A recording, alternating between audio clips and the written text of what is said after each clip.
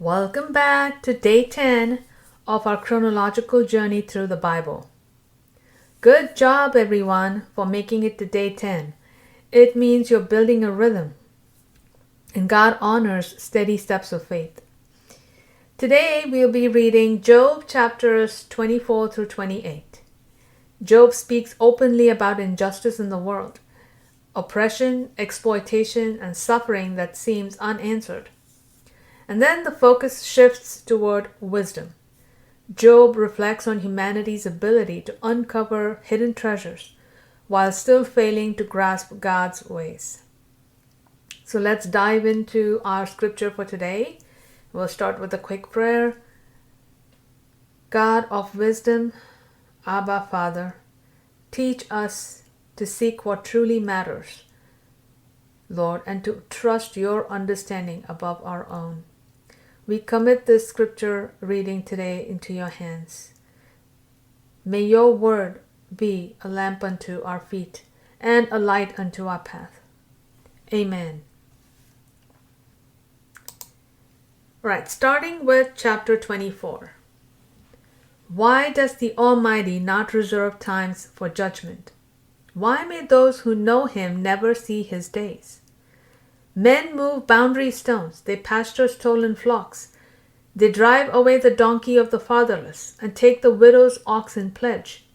They push the needy off the road and force all the poor of the land into hiding.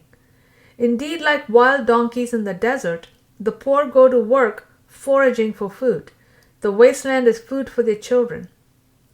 They gather fodder in the fields and glean the vineyards of the wicked. Without clothing, they spend the night naked. They have no covering against the cold. Drenched by mountain rains, they huddle against the rocks for want of shelter. The fatherless infant is snatched from the breast. The nursing child of the poor is seized for a debt. Without clothing, they wander about naked. They carry the sheaves but still go hungry. They crush olives within their walls. They tread the wine presses but go thirsty. From the city men groan, and the souls of the wounded cry out. Yet God charges no one with wrongdoing. Then there are those who rebel against the light, not knowing its ways or staying on its paths. When daylight is gone, the murderer rises, to kill the poor and needy. In the night he's like a thief. The eye of the adulterer watches for twilight, thinking no eye will see me. He covers his face. In the dark they dig through houses. By day they shut themselves in, never to experience the light. For to them deep darkness is their morning. Surely they are friends with the terrors of darkness. They are but foam on the surface of the water. Their portion of the land is cursed, so that no one turns toward their vineyards. As drought and heat consume the melting snow, so Sheol steals those who have sinned. The womb forgets them. The worm feeds on them. They are remembered no more. So injustice is broken like a tree. They prey on the barren and childless and show no kindness to the widow. Yet by his power God drags away the mighty. Though rising up, they have no assurance of life. He gives them a sense of security, but his eyes are on their ways. They are exalted for a moment, then they are gone.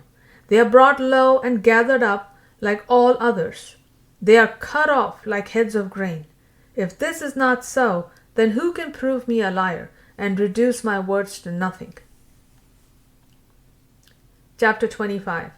Then Bildad the Shuhite replied, Dominion and awe belong to God. He establishes harmony in the heights of heaven. Can his troops be numbered? On whom does his light not rise? How then can a man be just before God? How can one born of woman be pure? If even the moon does not shine, and the stars are not pure in his sight, how much less man, who is but a maggot, and the son of man, who is but a worm? Chapter 26. Then Job answered, How have you helped the powerless and saved the arm that is feeble? How you have counseled the unwise and provided fully sound insight. To whom have you uttered these words, and whose spirit spoke through you? The dead tremble, those beneath the waters and those who dwell in them. Sheol is naked before God, and Abaddon has no covering.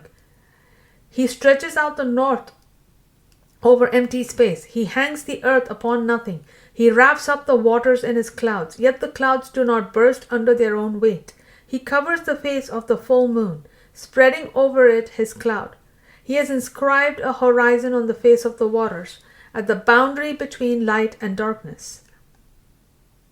The foundations of heaven quake, astounded at his rebuke. By his power he stirred the sea. By his understanding he shattered Rahab.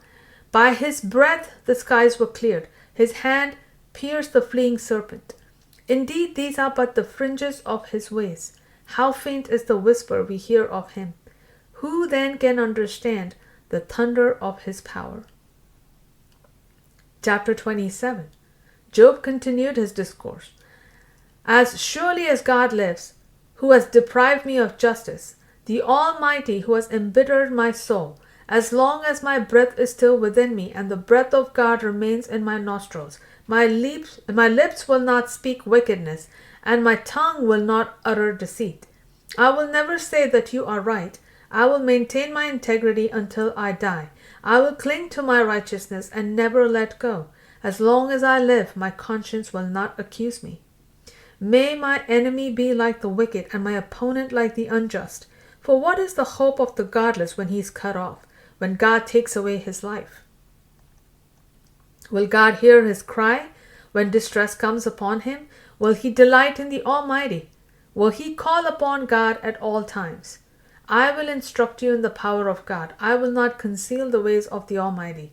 Surely all of you have seen it for yourselves. Why then do you keep up this empty talk? This is the wicked man's portion from God, the heritage the ruthless receive from the Almighty. Though his sons are many, they are destined for the sword, and his offspring will never have enough food. His survivors will be buried by the plague, and their widows will not weep for them.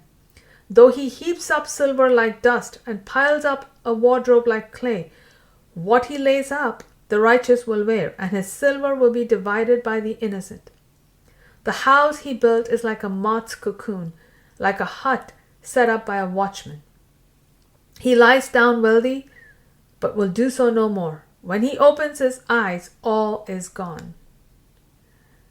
Terrors overtake him like a flood. A tempest sweeps him away in the night.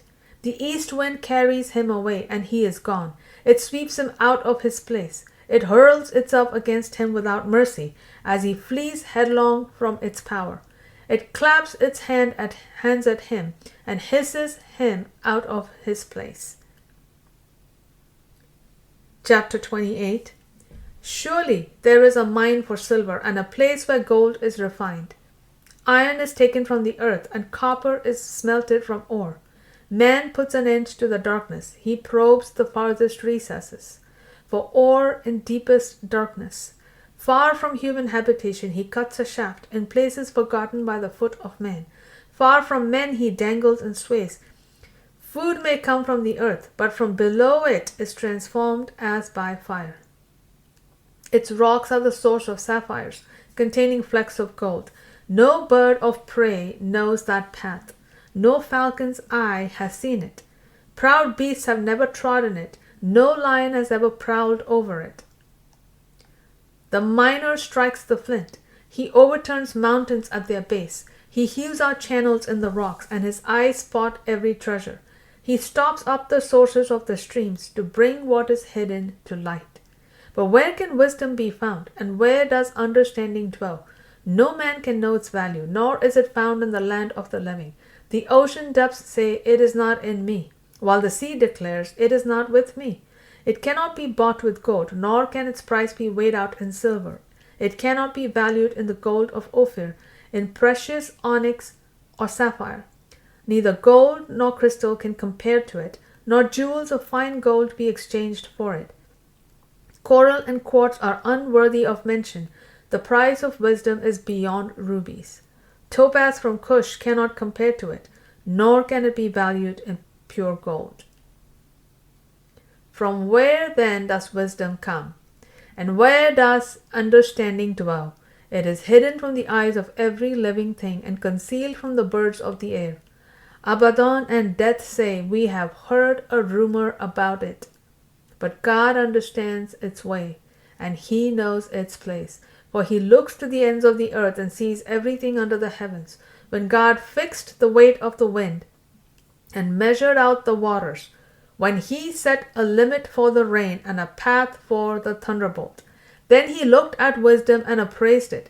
He established it and searched it out. And he said to man, behold, the fear of the Lord, that is wisdom, and to turn away from evil is understanding. So we see, folks, these chapters remind us that knowledge and wisdom are not the same. Humanity can search the depths of the earth, yet still miss the ways of God. True wisdom begins with reverence for the Lord, with the fear of the Lord, trusting him even when justice seems delayed and understanding feels incomplete.